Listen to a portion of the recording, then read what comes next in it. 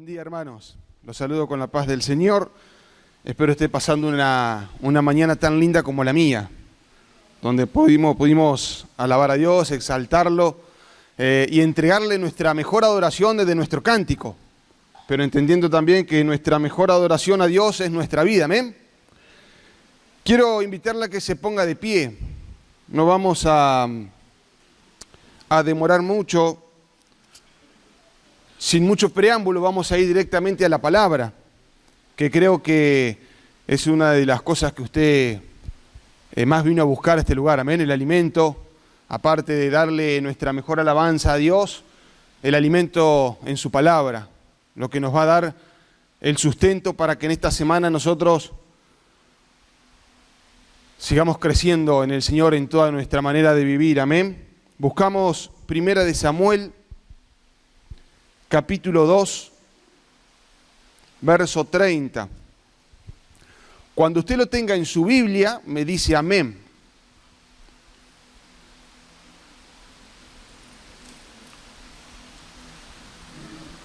Porque el proyector seguramente ya está con Primera de Samuel 2:30. Cuando lo tenga en su Biblia, yo lo espero. No tenemos apuro, tenemos toda la mañana por delante. Contento y feliz mientras usted busca de poder estar en este lugar. Antes que nada, agradecer a Dios por este momento, esta oportunidad, también al ministerio de la iglesia, a nuestros pastores, de poder afrontar este desafío, lindo desafío, con la casa casi llena.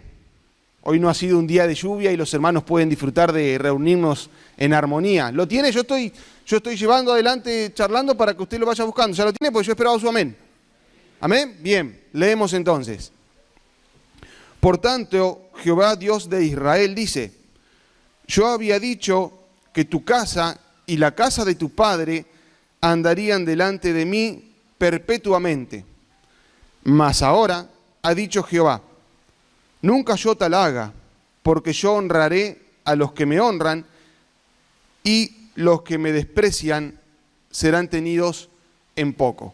Y juntamente conmigo vamos a leer la parte B, donde dice, más, juntamente conmigo, más ahora ha dicho Jehová, nunca yo tal haga, y ahora lo lee conmigo, porque yo honraré a los que me honran. ¿Usted está leyendo, hermano, o no? ¿Me está acompañando? Porque yo no lo escucho. Yo honraré a los que me honran, y los que me desprecian serán tenidos en poco. Amén. Puede tomar sus lugares.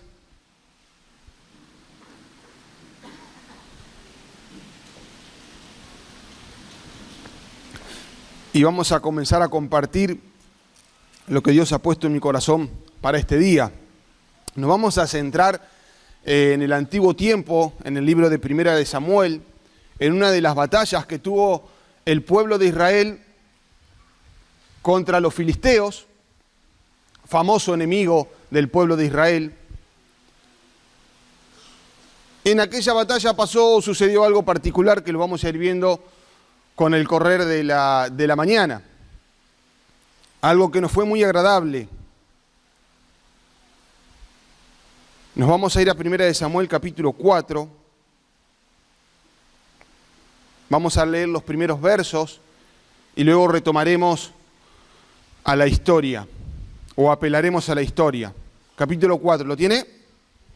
Amén. Dice así la palabra. Y Samuel habló a todo Israel. Por aquel tiempo salió Israel a encontrar en batalla a los filisteos, y acampó junto a Ebenezer, y los filisteos acamparon en Afec.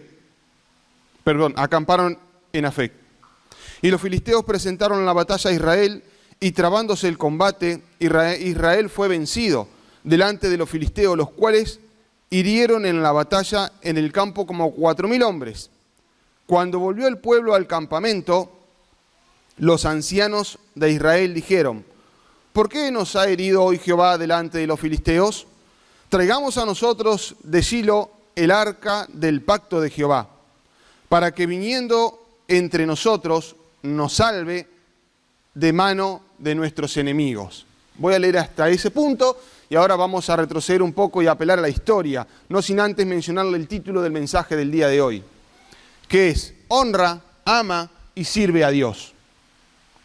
De hecho, siempre cuando me toca predicar, ya sea en el anexo o en algunos domingos por la tarde, siempre uno busca la palabra, tiene su tiempo de oración con Dios para traer la palabra que Dios quiere que sea y no la que a veces uno quiera poner. Y siempre a mí me pasa de que uno lo chequea en las alabanzas o en las adoraciones. Y Dios me confirma a través de la adoración o a través de lo que cantamos la palabra que Él trae. Y eso alegra mi corazón, por supuesto. Pero bien, vamos a ir a lo que es la historia. Menciona en este aspecto en la batalla el arca del pacto. El arca del pacto, y decía que vamos a apelar la historia. El arca del pacto, recuerde esto, representaba la presencia de Dios. Amén. El arca del pacto representaba en aquel tiempo la presencia de Dios. Y Dios se la hizo hacer a Moisés. Apelaremos a la historia y vamos a Éxodo capítulo 25.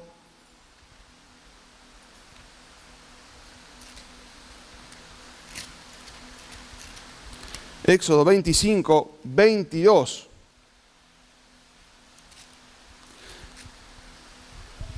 Allí le da a Moisés la referencia de cómo debía ser el arca, de cómo debían hacerlo, de la dimensión, etc. Pero nos vamos a centrar en el verso 22, donde dice lo siguiente: y de allí me declararé a ti y hablaré contigo de sobre el propiciatorio de entre los dos querubines que están sobre el arca del testimonio, todo lo que yo te mandaré para los hijos de Israel. Es decir, Dios hablaba con Moisés desde el arca, representando la presencia de Dios. Usted después en su casa, sé que va a hacer la tarea, se va a quedar con algo de alimento y va a ir a buscar todo esto de cómo se hizo el arca, de qué eran los querubines, etc. No es el propósito del mensaje de hoy, por eso no voy a ahondar en esos detalles.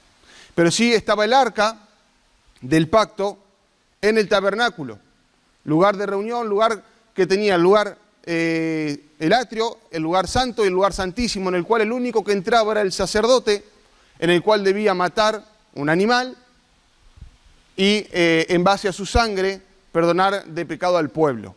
Bien, en ese lugar santísimo se encontraba el arca del pacto, es decir, la presencia de Dios. Seguimos en la historia. Ya Moisés no está, lo sucede Josué. Josué, en busca de aquella tierra prometida que Dios les había dado al pueblo de Israel hacía miles de años atrás, él también llevó el arca y en distintos momentos fue utilizado. Por ejemplo, cuando Josué cruza el río Jordán. Dicen que los sacerdotes llevaban el arca, todo esto tenía su protocolo, todo esto tenía su forma de hacerlo. Los sacerdotes llevaban el arca, antes iban al principio del pueblo y cuando ellos tocan el río se abren las aguas, como cuando cruzó Moisés. De la misma manera se abren las aguas y pudieron cruzar en seco. Todo esto es haciendo un poco de referencia de lo que era el arca para el pueblo de Israel. Luego llega el tiempo de Josué, el tiempo de su partida, lo buscamos a eso, está en Josué capítulo 24, versos 29 al 31. Y ya vamos a retomar aquella batalla, la cual apelamos a la historia para que nosotros dimensionemos o veamos lo que representaba el arca de Dios para el pueblo de Israel. Verso 29 al 31. Después de estas cosas murió Josué, hijo de Nun, siervo de Jehová, siendo de 110 años, y sepultaron en su heredad en Timnat Será, que está en el monte de Efraín, al norte del monte de Gaz. Y sirvió Israel a Jehová todo el tiempo de Josué, y todo el tiempo de los ancianos que sobrevinieron a Josué, que sabían todas las obras que Jehová había hecho por Israel. Bien.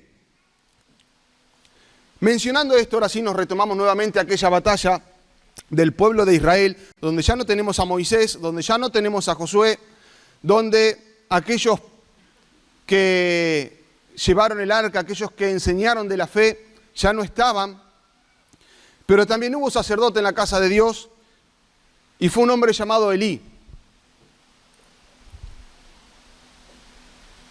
Y algunas cosas acontecieron en aquel tiempo. Ahora sí, volvamos a la historia en 1 de Samuel, capítulo 4, y vamos a comenzar a desmenuzar el tiempo de la batalla contra los filisteos. Dice lo siguiente: y Samuel habló a todo Israel. Por aquel tiempo salió Israel a encontrar en batalla a los filisteos, y acampó junto a Ebenezer, y los filisteos acamparon en Afec. Y los filisteos presentaron la batalla a Israel, y trabándose el combate, Israel fue vencido delante de los filisteos, los cuales hirieron en la batalla en el campo como a 4.000 hombres. Cuando volvió el pueblo al campamento, es decir, el pueblo de Israel, los ancianos de Israel dijeron: ¿por qué nos ha herido hoy Jehová delante de los filisteos? ¿Por qué nos ha herido hoy Jehová delante de los filisteos?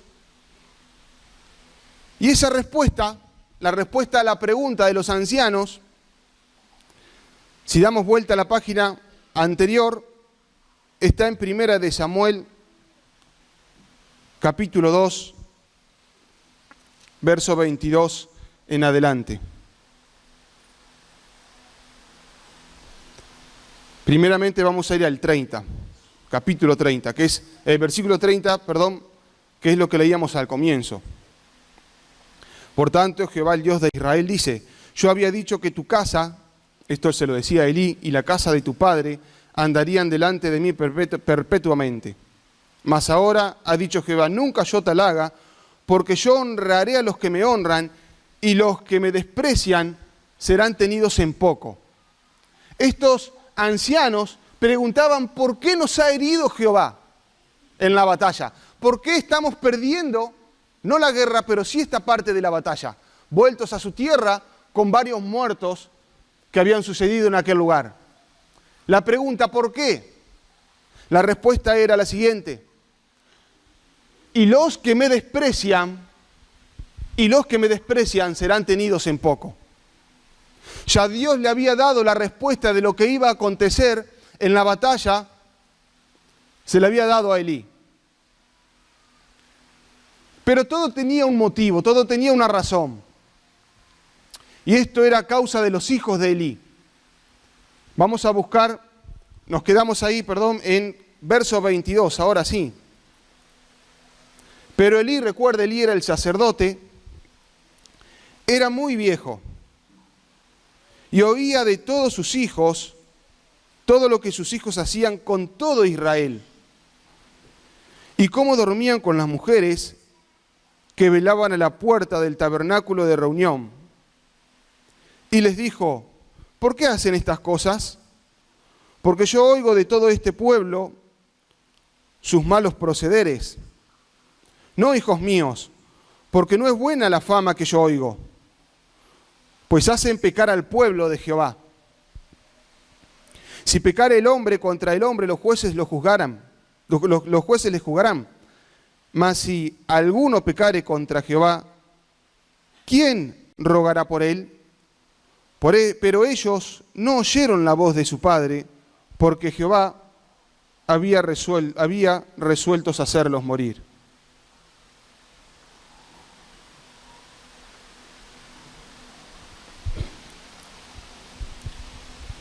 Y nos vamos al 29.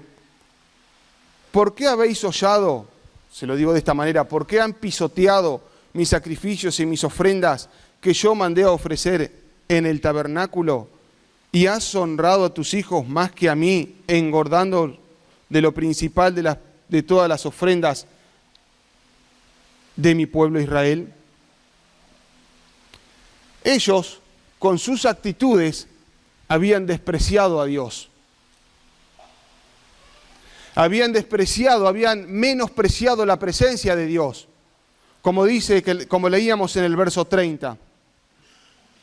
Y despreciar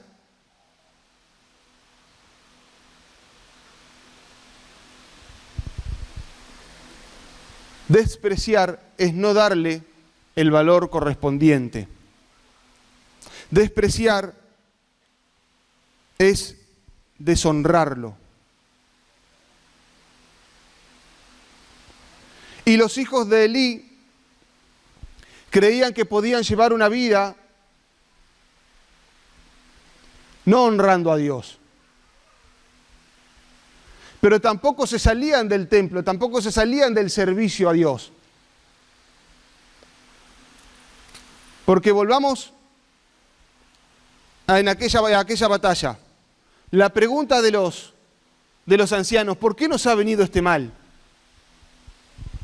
Y a veces, muchas veces, es la pregunta que nosotros nos solemos hacer. ¿Por qué me pasa esto a mí? ¿Por qué nos pasa esto a nosotros como familia? ¿Por qué nos toca pasar esto a nosotros como personas individuales? Y muchas veces hasta en forma de reproche, como fue en este momento de la guerra, de la batalla, decimos, ¿por qué Dios permite que esto me pase a mí? Y hacemos una pregunta cuando la respuesta quizás está en nosotros mismos. Porque cuando algo nos sucede a nosotros, lo primero que yo debo hacer es examinarme a mí mismo.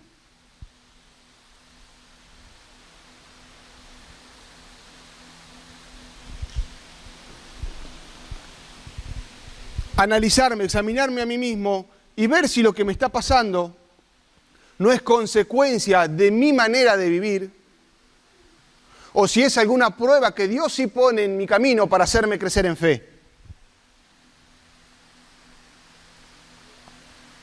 En este momento de la batalla, en este momento de la guerra, esa pregunta de los ancianos no era una situación generada para hacerlos crecer en fe. Era consecuencia de que habían deshonrado a Dios. Era consecuencia de que tenían el arca del pacto, lo tenían con ellos, pero no honraron a la presencia de Dios. Es más, se olvidaron de Él. Dice que los hijos de Elí se acostaban con las mujeres que estaban en la puerta del templo. Y que no solo eso, sino que hacían también pecar al pueblo de Israel.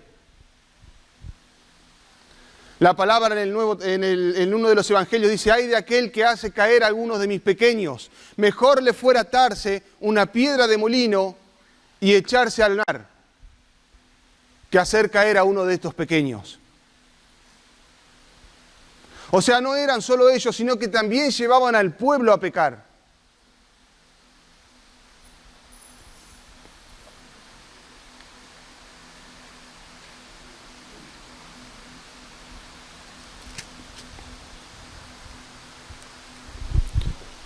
Vamos a volver al tiempo de Elí, capítulo 2, verso 27. Y vino un varón de Dios a Elí y le dijo, así ha dicho Jehová, ¿no me manifestaré yo claramente a la casa de tu padre cuando estaban en Egipto en casa de Faraón? Y yo le escogí por mi sacerdote entre todas las tribus de Israel para ofrecer sobre mi altar y quemase incienso y llevase efod delante de mí, y di a la casa de tu padre todas las ofrendas de los hijos de Israel. ¿Por qué habéis hollado mis sacrificios y mis ofrendas que yo mandé ofrecer en el tabernáculo, y has honrado a tus hijos más que a mí? Busquemos Mateo 7.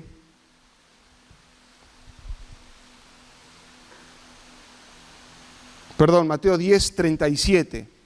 Allí nos menciona que el que ama a padre o a madre más que a mí no es digno de mí, decía Jesús. O el que ama a hijo o a hija más que a mí no es digno de mí. Algo muy parecido a lo que le decía este profeta Elí, este hombre de Dios que fue enviado para decirle, ¿por qué honraste más a tus hijos que a mí? Y a veces nosotros los padres tendemos a querer defender a nuestros hijos, ¿o no es así?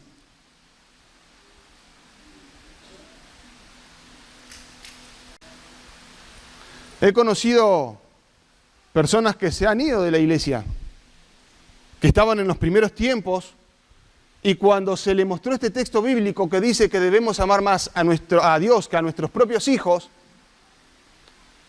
se rebelaron ante este texto y dijeron, ¿cómo voy a amar más a Dios que a mi hijo? Gente a la cual se le estaba predicando y vinieron a pocas reuniones y se apartaron del Señor. Ahora, ¿cómo no voy a amar más a Dios, que es quien me dio mi hijo? ¿Cómo no voy a amar más a Dios, que es quien cuida de mi hijo?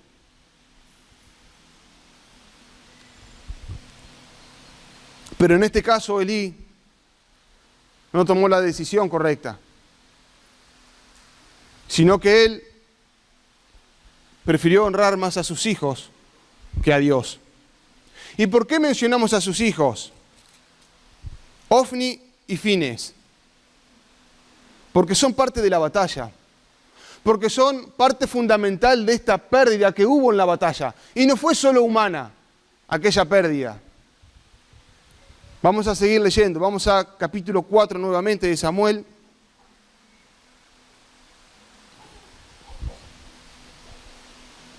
Y leemos ahora del versículo 4 en adelante.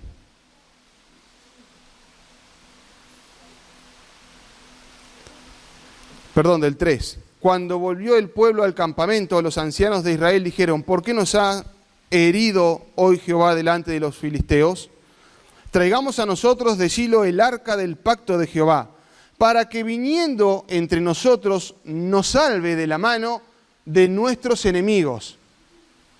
Y envió el pueblo a Silo y trajeron de allá el arca del pacto de Jehová de los ejércitos, que moraba entre los querubines, y los dos hijos de Elí, quienes eran Ofni y Fines, estaban allí con el arca del pacto, los mismos dos hijos que vivían en pecado y hacían pecar al pueblo. Eran los mismos dos que traían el arca para vencer en la batalla. También uno de los evangelios, y vamos a verlo en Mateo, capítulo 7, versos 16 al 20, nos relata y nos dice que por sus frutos los conoceréis.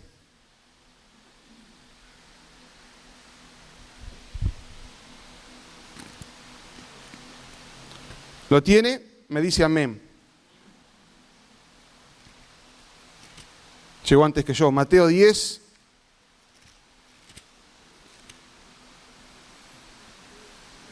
Perdón, 7.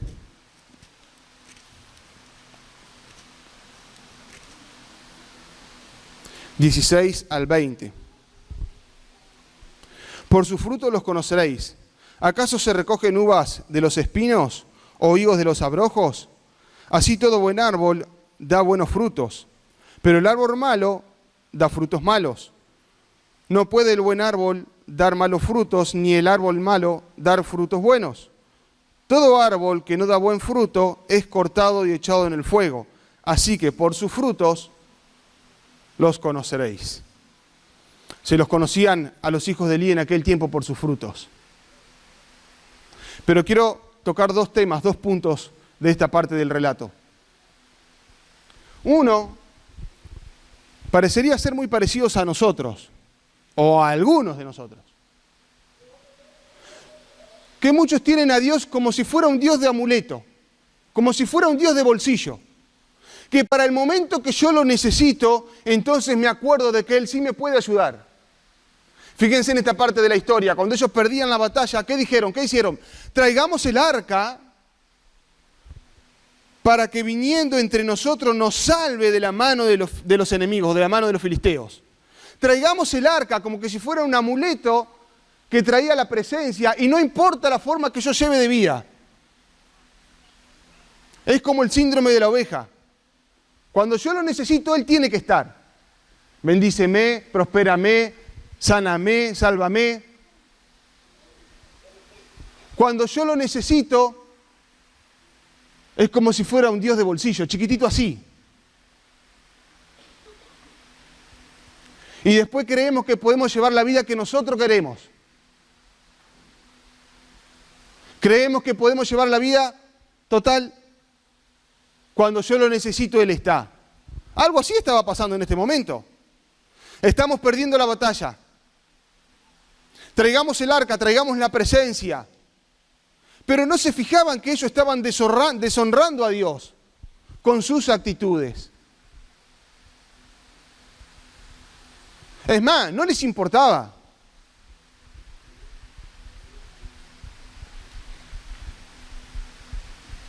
Y esto visiblemente, hablábamos de los frutos, visiblemente conocían quiénes eran los hijos de Elí. Pero la pregunta es, ¿quién me conoce a mí? ¿Quién lo conoce a usted? Porque cuando hablamos de honra a Dios, es desde nuestro interior. Cuando hablamos de honrar a Dios, es en todo nuestro ser, pero nace en nuestro interior. El amar a Dios, el honrar a Dios. No lo hago por lo que Él me da, lo hago por lo que Él es. Es Dios. Es el que me permite hoy estar en pie. Es el que me dio la vida y me dio la salvación. Yo no lo honro por lo que me va a dar. Yo no lo honro porque me puede dar la victoria, la cual no les dio. Yo amo, honro y sirvo a Dios por lo que Él es.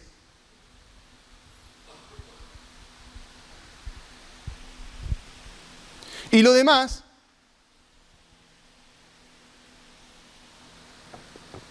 el fruto que yo dé, va a ser la consecuencia de ese hombre nuevo que soy.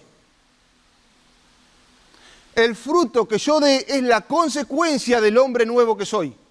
Y de un hombre que honra a Dios. O una mujer que honra a Dios. Y que ama a Dios. Un hombre o una mujer que honra y ama a Dios no se va a quedar quieto, le va a servir.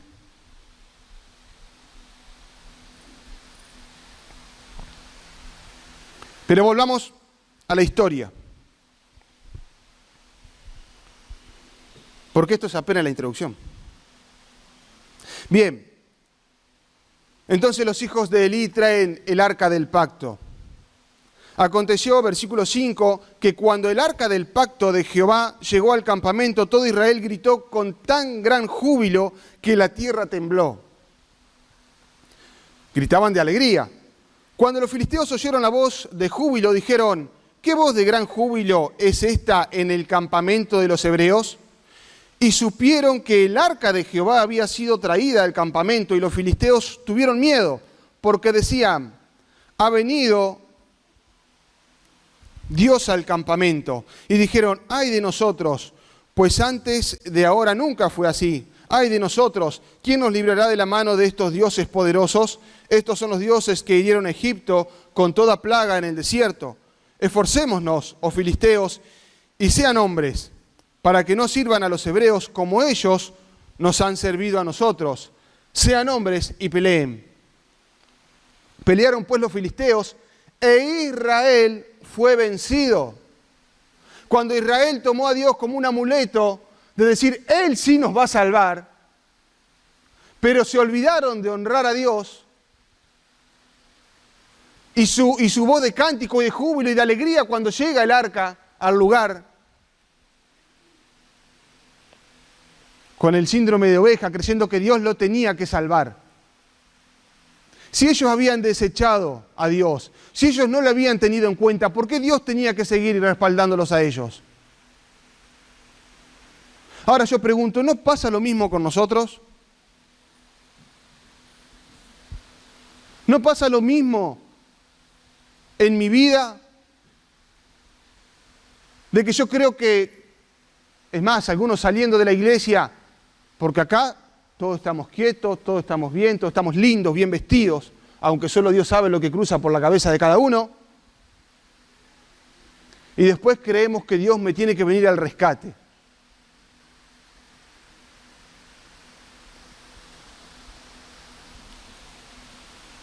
Pelearon pues los filisteos e Israel fue vencido.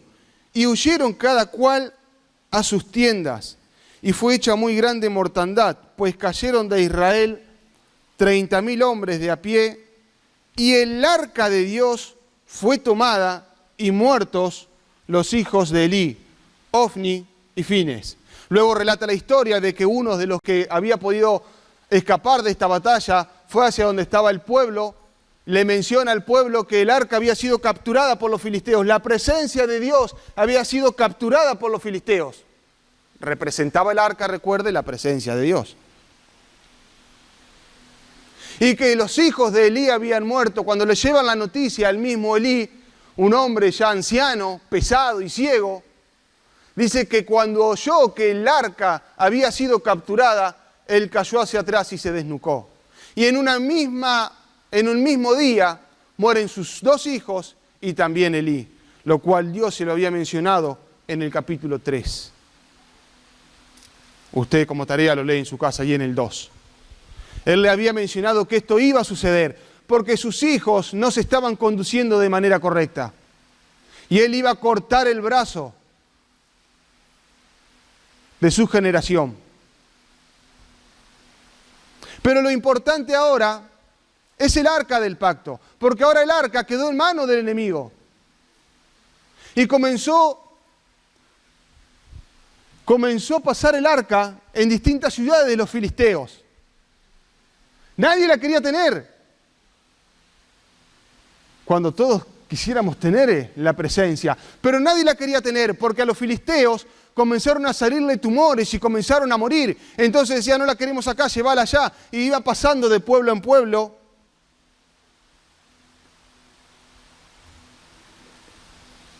El arca del pacto.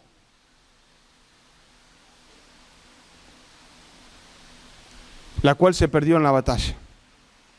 La cual se perdió porque no tuvieron en cuenta honrar y amar a Dios. En aquella batalla,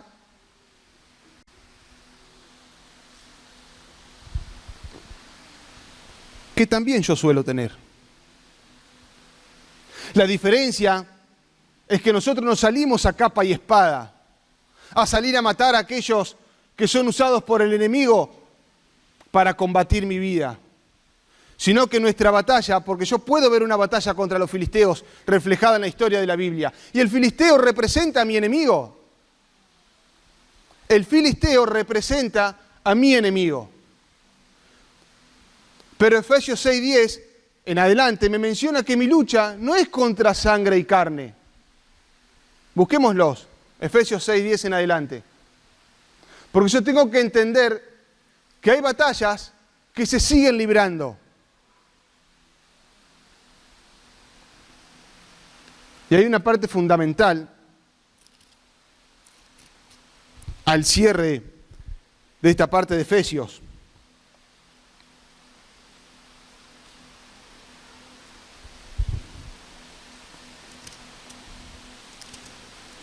(6:12) primero. ¿Lo tiene? ¿Amén? Porque no tenemos lucha contra sangre y carne, sino contra principados, contra potestades, contra los gobernadores de las tinieblas de este siglo, contra huestes espirituales de maldad en las regiones celestes. Yo tengo que identificar que espiritualmente yo sigo en guerra. Yo tengo que identificar que espiritualmente yo sigo en la batalla. Y que no me puedo descansar, y que no me puedo dormir, y que no tengo que dejar de honrar, de amar y de servir a Dios. Y que tengo que estar siempre alerta, porque el día malo va a venir. El día de la batalla va a llegar. Pero tengo que identificar que ya mi batalla es espiritual. Ya no tengo que verlo a él como el enemigo, a la persona de enfrente. Como dije anteriormente, ya nuestra lucha no es a espada.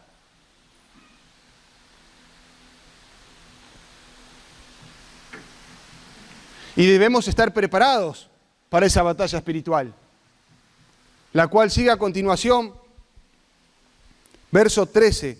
Por tanto, toma toda la armadura de Dios para que puedas resistir en el día malo y habiendo acabado todo, estar firme. Estén pues firmes, ceñidos vuestros lomos con la verdad y vestidos con la coraza de justicia. No vamos a detallar cada una de las partes de la armadura o de un hombre de Dios que debe estar preparado para la batalla. Y vestidos con la coraza de justicia y calzados los pies con el apresto del Evangelio de la paz. Sobre todo, tomen el escudo de la fe, con que podáis apagar los dardos del fuego del maligno, y tomen el yelmo de la salvación y la espada del Espíritu, que es la palabra de Dios. No olvidando el verso 18, porque el verso 18 es el fundamental. Si bien toda la armadura es para presentarse en la batalla, pero para defender, para estar firme, no para atacar. Pero el verso 18 es fundamental porque dice, orando en todo tiempo, con toda oración y súplica en el Espíritu, y velando en ello con toda perseverancia y súplica por todos los santos. Orando en todo tiempo y con toda oración y súplica en el Espíritu. Cuando yo empiezo a deshonrar a Dios, ¿cuándo empiezo? Empiezo cuando dejo de doblar mis rodillas a Él. Empiezo cuando dejo de reconocerlo como lo que Él es, Dios. Cuando se empieza a terminar el tiempo de comunión que yo pasaba con Él todos los días. El día malo, el día de la batalla va a llegar. Y yo tengo que honrar a la presencia de Dios. Pero la honra a su presencia empieza desde doblar mis rodillas y pasar tiempo con Él. Y no por lo que me pueda dar, sino que por lo que es. Pasar tiempo en agradecimiento por lo que es, por lo que hizo por mí, porque me dio vida. Reconocerlo.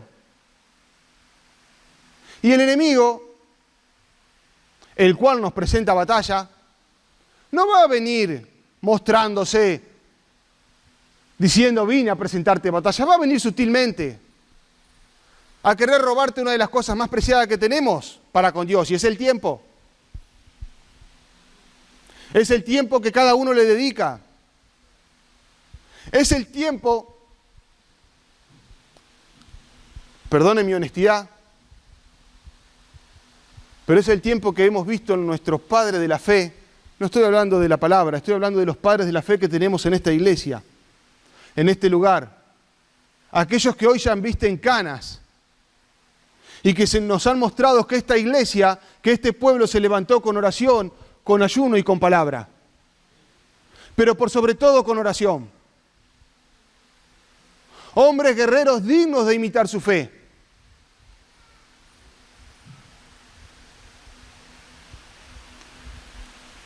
Les estoy hablando desde mi generación. Los que estamos en la mitad de la vida. Los que todavía nos asombramos por mirar a nuestros ancianos que pasan 2 o 3 horas en la presencia de Dios. Y en vez de imitarlo, nos seguimos asombrando. Porque esta generación es la que más se tiene que cuidar de no deshonrar a Dios. Porque se empieza desde el lugar en que levantamos las rodillas y nos olvidamos de hablar con Él. Nos olvidamos de lo que Él es. Y corremos a Él cuando tenemos algún apuro de necesidad. O quizá me estaré equivocando en el mensaje de hoy.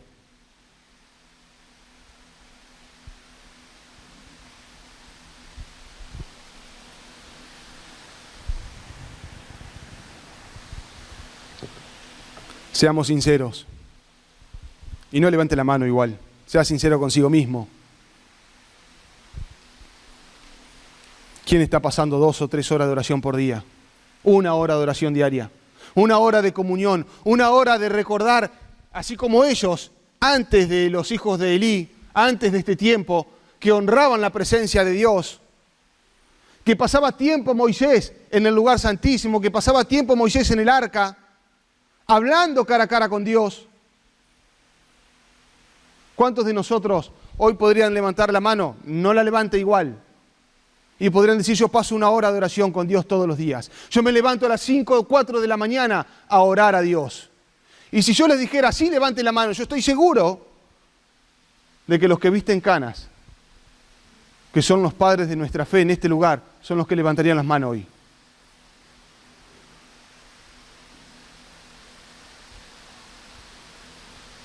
Esto es un desafío para los de la generación de 40, de 50 para abajo. Un desafío de que imitemos su fe. Porque vaya que eso sí es fe. Y eso es no olvidarnos de honrar a Dios, no olvidarnos de amarnos. Después hay toda una vida, todo un peregrinar sobre esta tierra que cada uno debe conducirse en santidad para agradar a Dios. Y como decía o mencionaba antes, mi vida exterior, las obras van a ser consecuencia de mi vida interior. Y esa vida interior va a estar reflejada en la oración y en la palabra y en el ayuno. Va a estar reflejada en el tiempo y en la comunión con Dios. Si no estoy llevando una vida en santidad, si no estoy llevando una vida digna de ser llamado un hijo de Dios, pregúntese cuánto tiempo está pasando en comunión con Él. Arranquemos por ahí.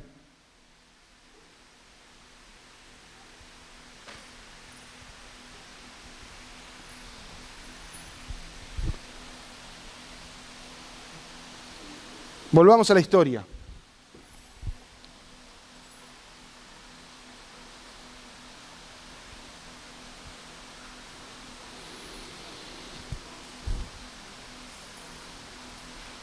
El arca estuvo en diversas tierras filisteas, y a todas hirió Dios con tumores y muerte, por lo que es devuelta a los israelitas en Kiriat Jearim, en la casa de Abinadab. Primera de Samuel, capítulo 7.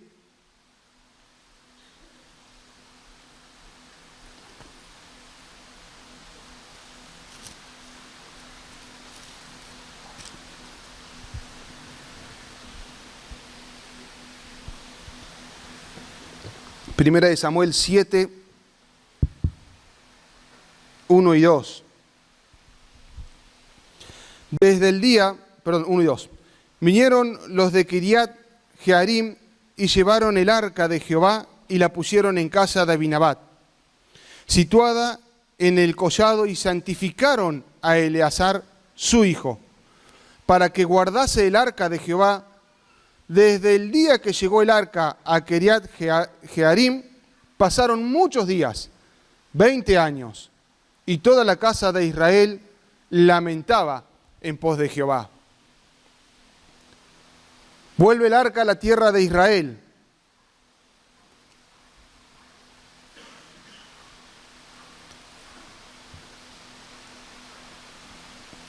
Y vamos a adelantarnos en la historia y vamos a ir al tiempo del rey David. Porque el rey David, una de las primeras cosas que quiere hacer en su tiempo es recuperar el arca, traerla a Jerusalén. Vamos a 2 de Samuel,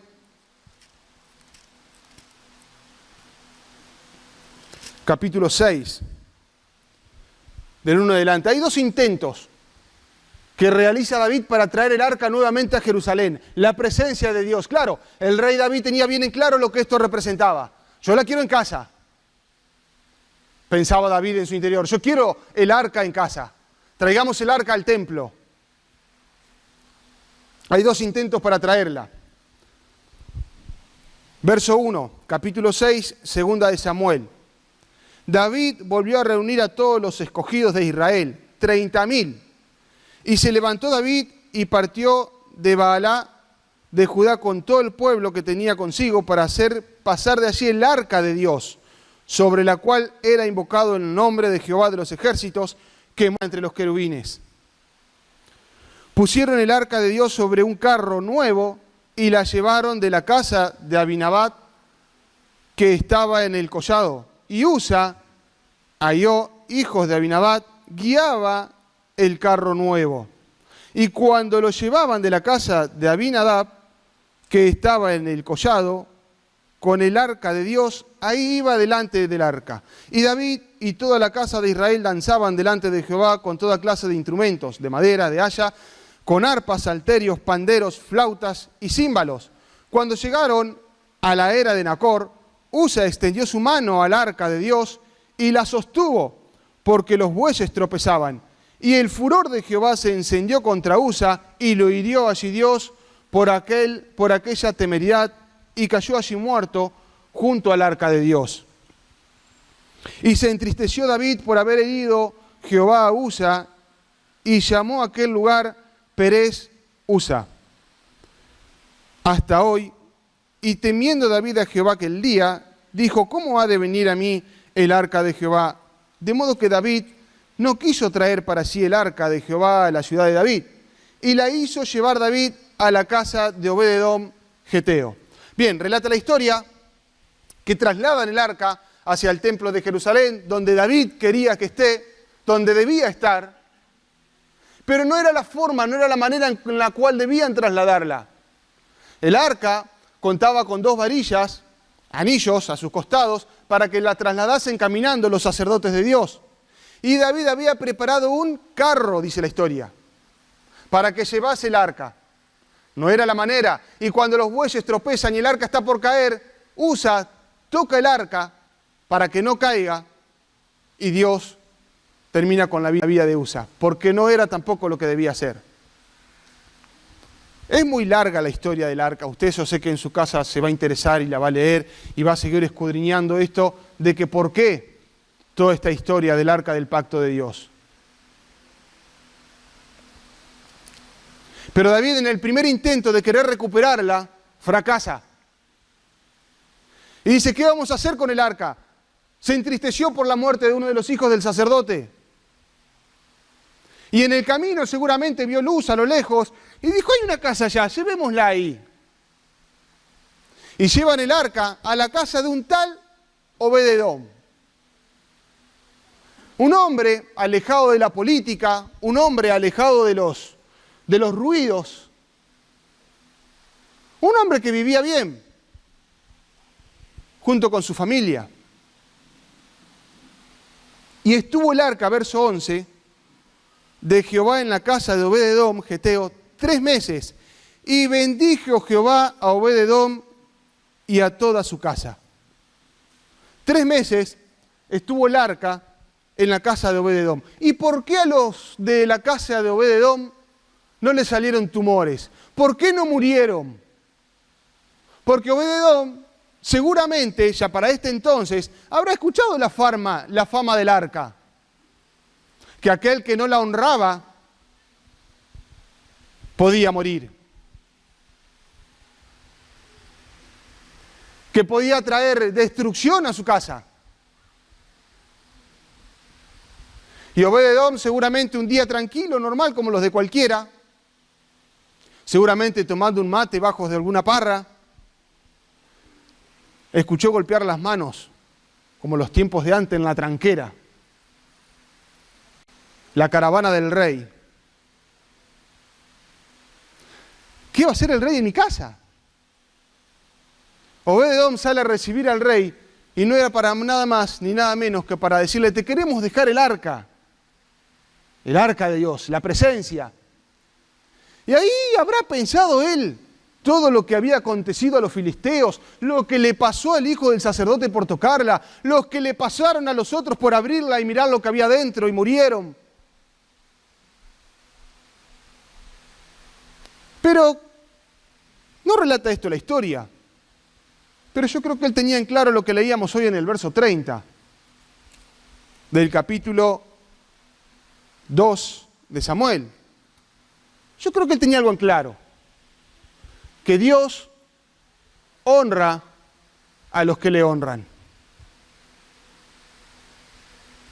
Yo creo que él tenía en claro que Dios honra a los que le honran. Entonces él dice, yo quiero el arca en casa. Yo quiero la presencia de Dios en mi casa. Y durante 3 meses que estuvo la presencia, que estuvo el arca de Dios en la casa de Obed-edom, cuenta la historia que Dios bendijo a Obed-edom. Vuelvo yo a 2 de Samuel.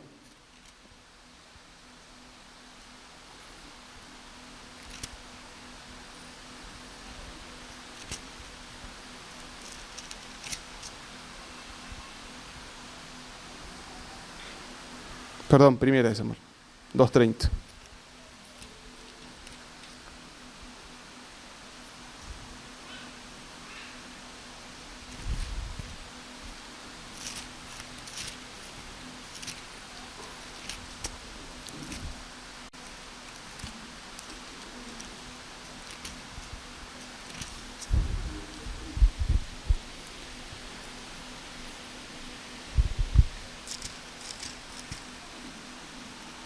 Y estuvo el arca de Jehová en la casa de Obed-edom, geteo, 3 meses, y bendijo Jehová a Obed-edom y a toda su casa. Fue dado aviso al rey David, diciendo: Jehová ha bendecido la casa de Obed-edom y todo lo que tiene, a causa del arca de Dios. Entonces David fue y llevó con alegría el arca de Dios de casa a Obed-edom a la ciudad de David. Y cuando los que llevaban el arca de Dios habían andado 6 pasos, y luego sigue relatando la historia, pero me quiero parar en esta parte. Yo quiero la presencia de Dios en mi casa, dijo Obed-edom. Porque cuando la presencia de Dios entra en una familia, cambia todo. Cuando Dios entra en tu vida, primero te cambia a vos y cambia todo. Pero cuando te entra en tu vida y entra en tu familia, cambia todo. Y yo quiero la presencia de Dios en mi casa. Eso decía Obed-edom. Y dice la palabra que Dios bendijo a Obed-edom y a toda su casa durante 3 meses. Esto se le comunica al rey, el cual se llenó de alegría. No cuenta mucho la historia bíblica sobre este varón, anteriormente al arca del pacto. Pero sí puedo darme cuenta de que fue un hombre que supo honrar a Dios. Sí me puedo dar cuenta que fue un hombre que amó la presencia. No es que dejó el arca en un rincón y dijo, bueno, ahí está, es algo más, es un decorativo que tenemos en la casa. Como algunos tienen a Dios como un decorativo en la casa. Es la presencia de Dios en mi familia. Es la que yo debo cuidar, es la que debo amar, es la que debo honrar, es a quien le debo servir. Obed-edom lo había entendido todo. Claro, cuando llegó la presencia de Dios a su casa, ya los platos dejaron de volar. Ya su hijo dejó de drogarse. Porque la presencia de Dios había llegado a su casa. Ya su hija dejó de faltarle el respeto, dejó de insultarlo. Sus hijos dejaron de lado los celulares para dedicarse a la oración. Porque Dios había llegado a la casa de Obed-edom. Porque la presencia de Dios ahora era el eje fundamental de la familia. Claro, estamos trayendo a Obed-edom a estos tiempos, ¿verdad? Y en ese mismo instante, cuando el rey David se entera de cómo Dios bendecía a Obed-edom, dice, traigamos ahora sí el arca, traigámosla a Jerusalén. Y cuando van a buscarla, fíjense que Obed-edom hubiese podido decir, bueno, muchas gracias, rey David, el arca nos ha bendecido la casa, la verdad que estamos plenos, la familia está bien conformada ahora, mis hijos me aman, mi esposa me ama, la vida que llevamos como familia es excelente, Dios nos ha bendecido en toda nuestra manera de vivir, hemos aprendido a honrarlo y a amarlo. Gracias, rey David, por el tiempo en el cual nos prestó el arca. Nos quedamos con todas las bendiciones que Dios nos dio y llévese el arca al palacio. Algo así podría relatar la historia. Pero déjeme contarle que cuando la presencia de Dios entra en tu vida y entra en tu familia, nunca la vas a querer dejar. Cuando la presencia de Dios llega a tu casa y cambia todo, nunca vas a querer dejar a Dios. Y vas a querer vivir para amarlo y para honrarlo. Y vas a querer vivir y pasar tiempo de intimidad con Él. Y vas a comenzar a recordar aquellos tiempos de tus padres, de tus madres espirituales y decir, ¿por qué pasaban 2 horas de oración? Porque viven en la presencia de Dios y cuando están en la presencia de Dios no quieren otra cosa. Y lo mismo pasa en la familia. Y cuando vino el rey a llevarse el arca, Obed-edom le dijo, perdóname, yo sé que sos el rey, yo sé que sos el dueño de todo y lo que querés lo podés hacer, pero si te llevas el arca de mi casa se va con el arca, la casa va a quedar vacía, yo me voy con la presencia de Dios. Algo así le dijo Obed-edom. Yo aprendí a amar a Dios, aprendí a amar su presencia, yo aprendí a honrarlo. Y todo lo demás que ves en mi casa vino por añadidura. Vino porque aprendí a honrar a Dios. Vino porque aprendí a amarlo. No por lo que me da, por lo que es. Porque ahora Obed-edom tenía que dejar todo lo que Dios le dio. Toda esa bendición que estaba ahí, la dejaba ahí. Él se iba tras la presencia de Dios. Y fue lo que hizo Obed-edom. Primera de Crónicas. Y cuando la presencia de Dios llega a tu casa, no es para que la guardes en un bolsillo porque no es para vos solamente. Cuando la presencia de Dios te toca, también va a empezar a tocar a los quienes te rodean. También va a tocar a tu familia. Y lo va a cambiar todo. Y cuando este varón se enteró que se llevaban el arca, él dejó todo lo que tenía y se fue tras el arca y se fue juntamente con el rey. Este varón tocaba el arpa delante del arca del pacto. Fue un hombre que aprendió a amar, que aprendió a honrar y aprendió a servir, porque en ese momento dejó su casa y junto con toda su familia se dedicaron al templo y se fueron al servicio. Hay lugares de servicio de este templo que hoy no están muy llenos. Hay lugares de nuestra congregación, de este lugar, al cual amamos, y lo tenemos con un buen sentido de pertenencia, pero hay lugares de servicio en este lugar que están vacíos. ¿Será porque estamos dejando de honrar y de amar a la presencia de Dios? Porque el que ama y honra a Dios le va a servir. Y si no tiene lugar, lo va a buscar. Y si no lo encuentra, va a orar y le va a decir, Señor, poneme en el lugar que yo debo estar, pero yo tengo que servirte. Y lo vuelvo a reiterar porque quiero que lo sepa. Por ahí alguno no lo sabe. Hay lugares hoy en nuestra iglesia que escasean de servicio. Y si no, venga un sábado o un jueves, o venga un sábado al horario de la limpieza. Sábado y jueves. Y fíjense si nos faltan manos para servir. Cuando yo aprendo a amar a Dios, aprendo a amar su obra. Aprendo a amar a la iglesia. Dice, también fueron distribuidos los porteros. Fíjense esto, ya todos en el templo, el arca en su lugar. Y fíjense la historia lo que relata. También fueron distribuidos los porteros de los coreitas. Meselemías, hijo de Coré, de los hijos de Asaf, los hijos de Meselemías, Zacarías, el primogénito, Gediel, el segundo, Zebadías, el tercero, Jatiel, el cuarto, Elam, el quinto, Jonatán, el sexto, Elioena, el séptimo. Los hijos, ¿de quién? Los hijos de... ¿Los hijos de quién? Los hijos de Obed-edom. Ahora estaban sirviendo en el templo. Los hijos de Obed-edom, Semaías, el primogénito, Josabat, el segundo, Joa, el tercero, el cuarto, Sacar, el quinto, Natanael, el sexto, Amiel, el séptimo, Isacar, el octavo, Paultaí, porque Dios había bendecido a Obed-edom. También de Samaías, su hijo, nacieron hijos que fueron señores sobre la casa de sus padres, porque eran varones valerosos y esforzados.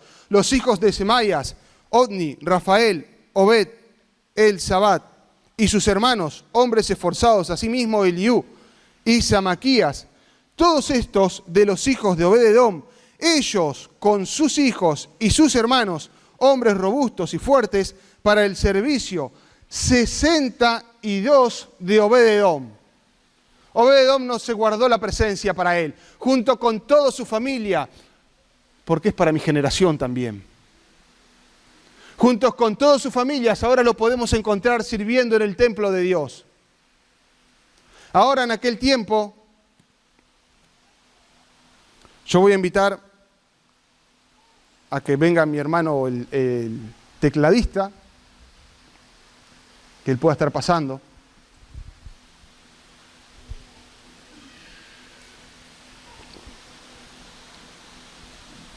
Fíjense si no es una clara enseñanza esta vida de este varón para nosotros, para mí, para mi familia, para mi casa, para entender que cuando tengo la presencia de Dios no tengo que desecharla, tengo que amarla, tengo que honrarla.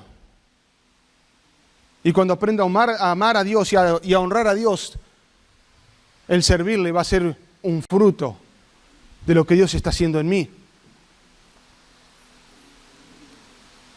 En aquel tiempo, vamos a ir al libro de Hebreos.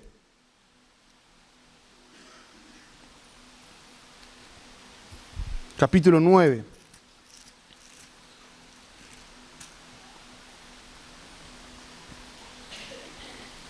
En aquel tiempo aconteció todo esto para dejarnos a nosotros como enseñanza de que debo cuidar de la presencia de Dios, de que debo honrar a Dios, de que debo amarlo, de que no debo perder un tiempo de oración. El tiempo que tenemos es valioso, Dios nos ha dado para administrarlo y debemos tener comunión con Él, porque cuando se empieza a perder eso, entonces se empieza a perder todo. ¿Usted conoció a Dios? ¿O yo conocí a Dios? Más allá de la circunstancia a la cual lo trajo a este lugar, hace horas o hace años atrás, más allá de la circunstancia, usted lo va a conocer por la palabra y lo va a conocer en la intimidad. Y su vida, consecuencia de la intimidad que usted tenga con Dios y de la aplicación y en la obediencia a la palabra, su vida va a ser el fruto de honra a Dios. Y las batallas con las cuales tenga que lidiar,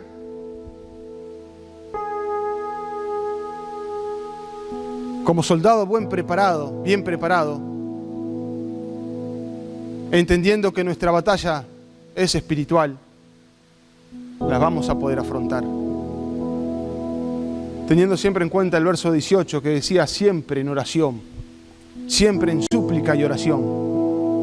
Aquellos tiempos eran tiempos donde se debía matar un animal y la sangre de aquel animal cubría de pecado al pueblo. Pero en el libro de Hebreos, y te invito a que te pongas de pie, capítulo 9,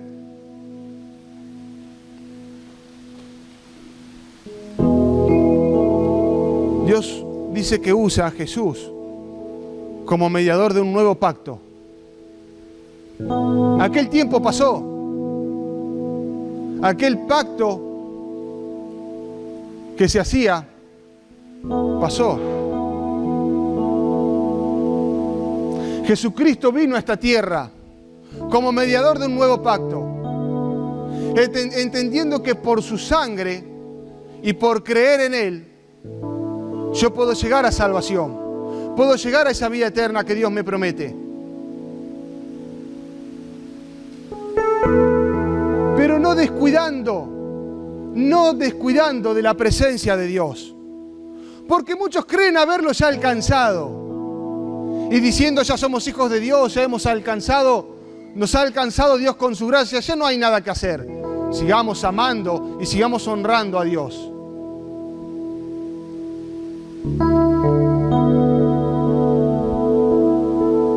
Verso 11 al 14, pero estando ya presente Cristo, sumo sacerdote de los bienes venideros, por el más amplio y más perfecto tabernáculo, no hecho de manos, es decir, de esta creación,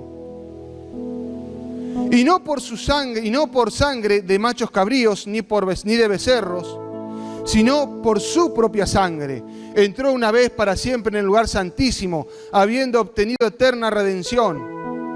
Porque si la sangre de los toros y de los machos cabríos y las cenizas de la becerra rociaban a los inmundos y santificaban para la purificación de la carne, ¿cuánto más la sangre de Cristo, el cual mediante el Espíritu Eterno se ofreció a sí mismo sin mancha a Dios, limpiará vuestras conciencias de obras muertas para que sirvas al Dios vivo?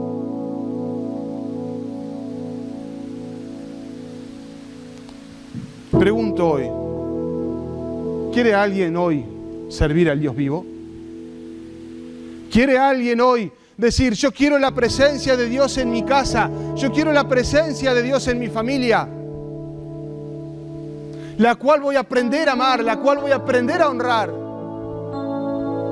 ¿Quiere alguien hoy servir a Dios?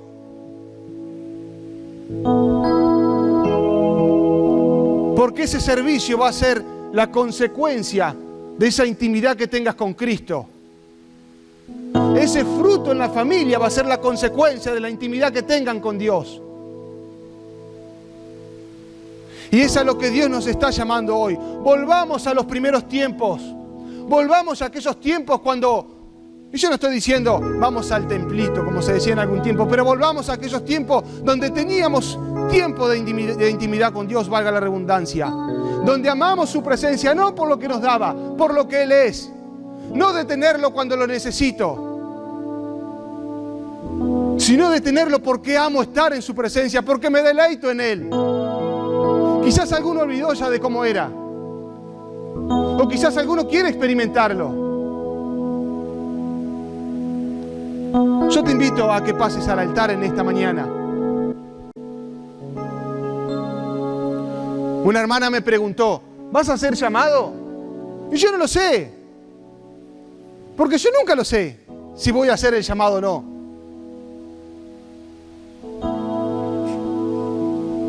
Esté mal o bien, no lo sé. Yo sé que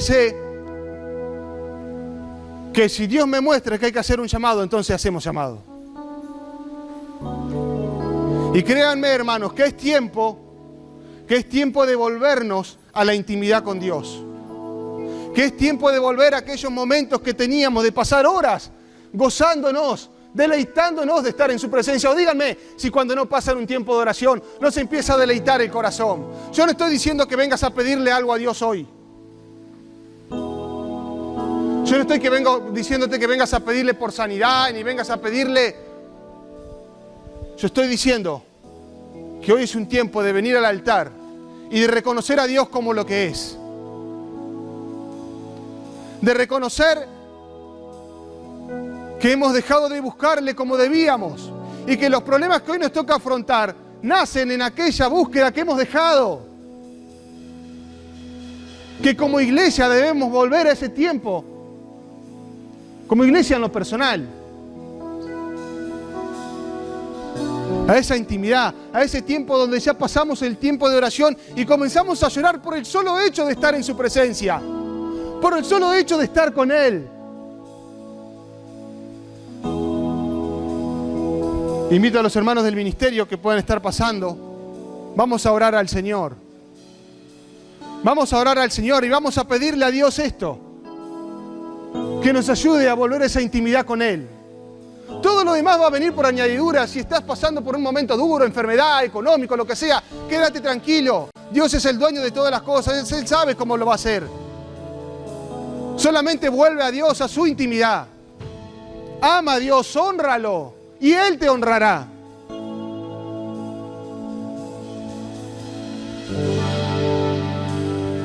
Honra a Dios. Ama a Dios. Sirve a Dios.